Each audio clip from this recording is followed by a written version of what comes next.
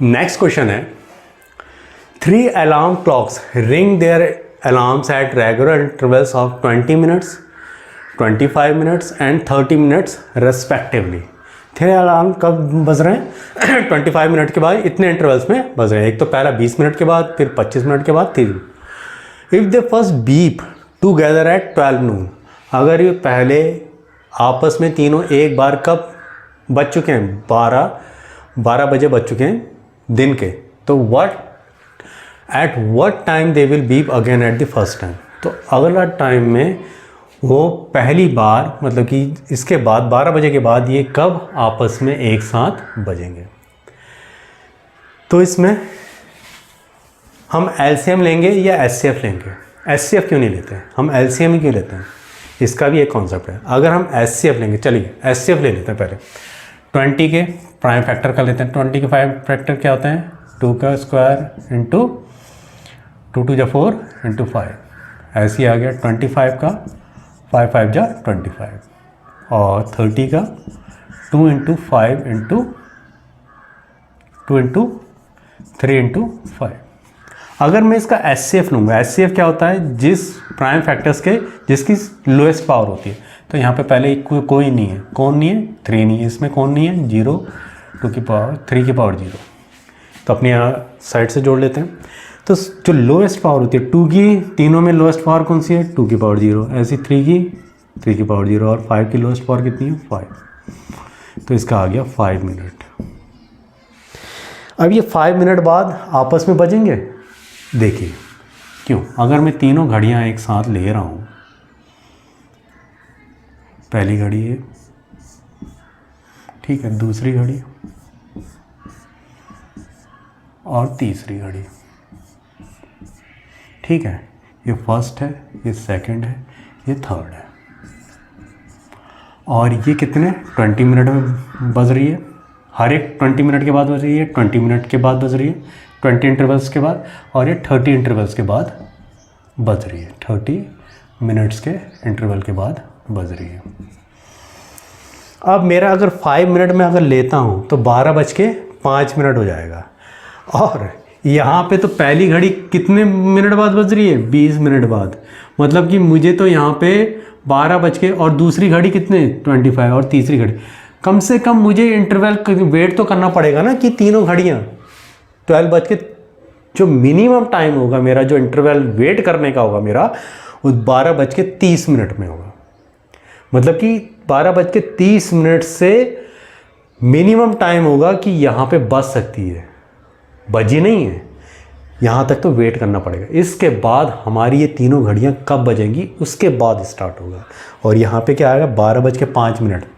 Impossible है क्योंकि पहली घड़ी कब बज रही है 20 मिनट के बाद, मतलब कि 12:20 के बाद तो पहली घड़ी बजेगी, फिर 12:25 के बाद दूसरी घड़ी बजेगी और 12:30 के बाद तीसरी।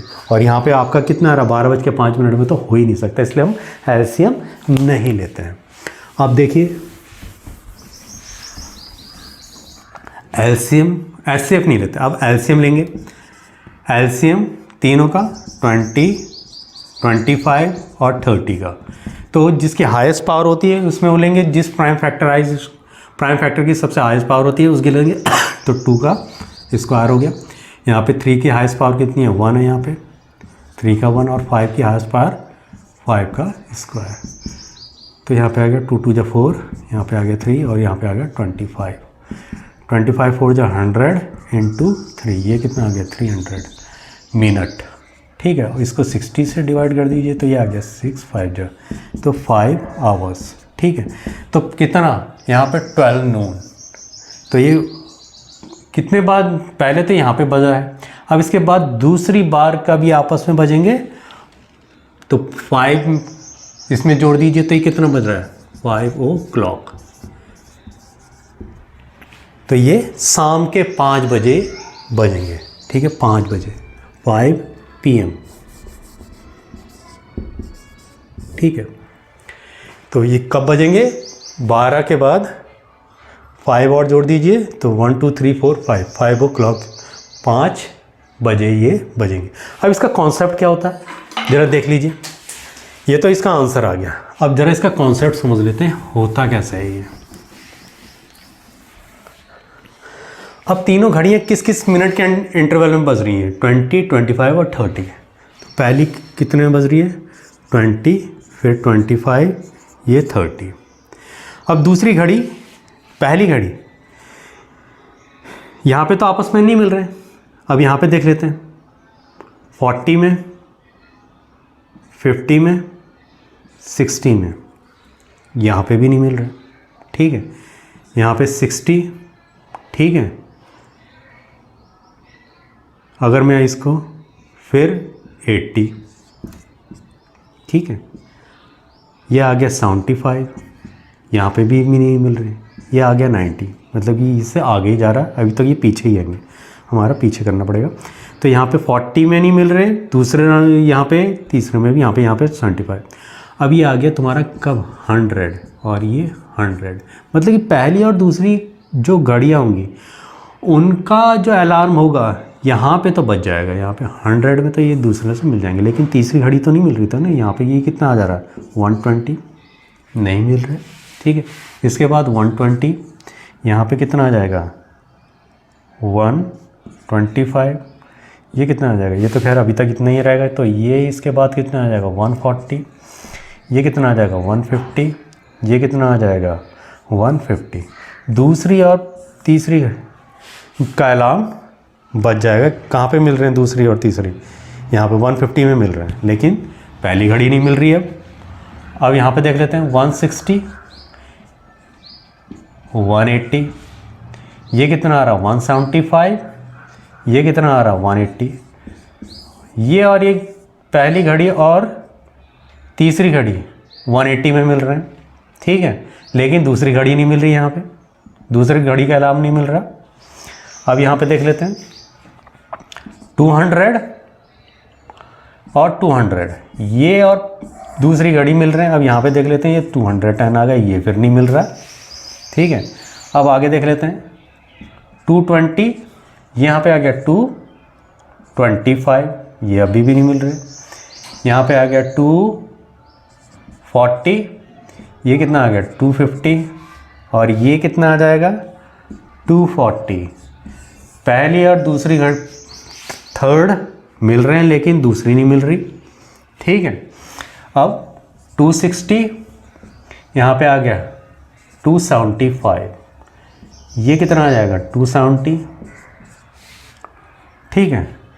यहाँ पे आ गया 280 और 300, यहाँ पे आ गया 300, यहाँ पे आ गया 300। मतलब कि 300 में तीनों 300 मिनट बाद तीनों घड़ियाँ आपस में क्या मिल रही हैं, जो उनका अलार्म मिल रहे हैं, ठीक है। आपस में दो घड़ियाँ तो मिल जा रही हैं, पहली और दूसरी घड़ी यहाँ पे मिल जा रही है, और पहली और थर्ड और सेकंड यहाँ पे मिल रही है। इसी प्रकार फर्स्ट और थर्ड यहाँ पे मिल रही है, सेकंड और फर्स्ट यहाँ पे मिल रही है, फोर्थ में यहाँ पे 240 और फर्स्ट और थर्ड, और आखिरी में जाके 300 मिनट में तीनों अलार्म एक साथ मिल रहे हैं। तो 300 मिनट मीन्स मैंने बता दिया था, 300 ये मिनट है, इसको 560 से डिवाइड कर दीजिए तो ये कितना आ गया, 5 आवर्स। और पहला कब मिले थे, 12 नून, तो ये 5 o'clock मिलेंगे। तो इस प्रकार से हम करते हैं। ऐसी प्रकार अगर रेसिंग का आ जाए तो यही कॉन्सेप्ट होता है, इसीलिए हम यहाँ पे एलसीएम लेते हैं।